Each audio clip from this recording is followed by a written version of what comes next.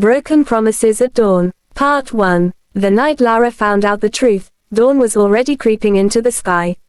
She stood on the pedestrian bridge overlooking Third Mainland, the city unusually quiet for Lagos. The air was cold, sharp, and unforgiving, like the truth she had just uncovered. Her phone lay heavy in her palm, still open to the message she never meant to see. "I'm pregnant. You promised you wouldn't abandon me." The sender wasn't her. Lara was 26, young, ambitious, deeply in love, or at least she thought she was. For 3 years, Daniel had been her safe place. He knew her scars, her fears, the childhood that taught her not to trust easily. He promised marriage, promised forever, promised honesty. Promises said in the dark always sound convincing. She remembered how she had found the message, Daniel's phone buzzing on the bedside table while he slept peacefully beside her. She hadn't planned to snoop. She never did, but something in her chest had tightened when she saw the notification.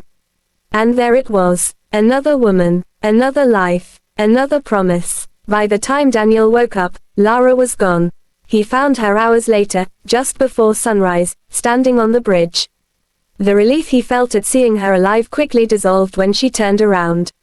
Her eyes were calm, too calm. That scared him more than shouting ever could. "You were going to marry me," she said quietly.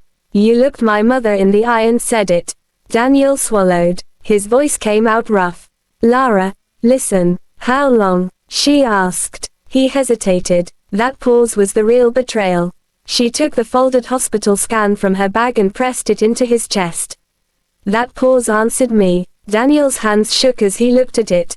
He tried to reach for her, but she stepped back. "I loved you with everything," she said, finally letting the tears fall.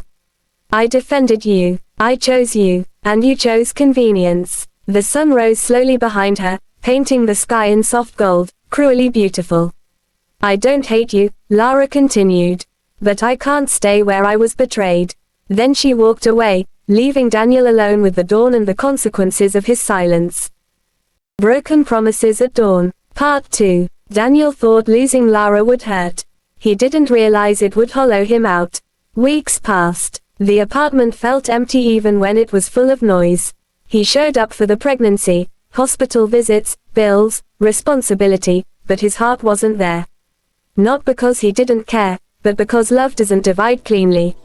And Lara tried to move on.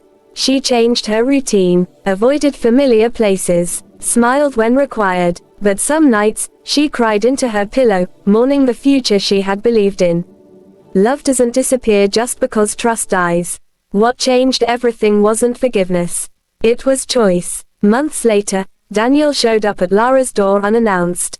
He looked different, thinner, quieter, stripped of arrogance. He didn't touch her, didn't beg. "I won't insult you with excuses," he said. "I made a choice that broke you.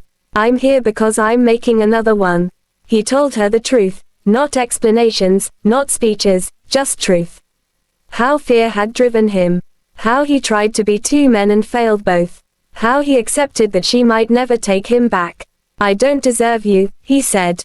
"But I needed you to know I'm no longer lying, even if it costs me you forever." That honesty cracked something in Lara.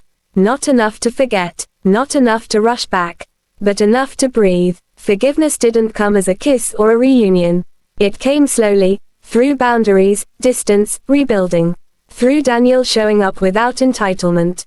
Through Lara choosing herself without bitterness. A year later, on another quiet morning before sunrise, they stood on the same bridge.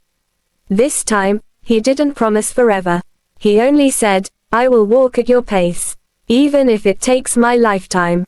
Lara looked at the sky, pale, hopeful, healing.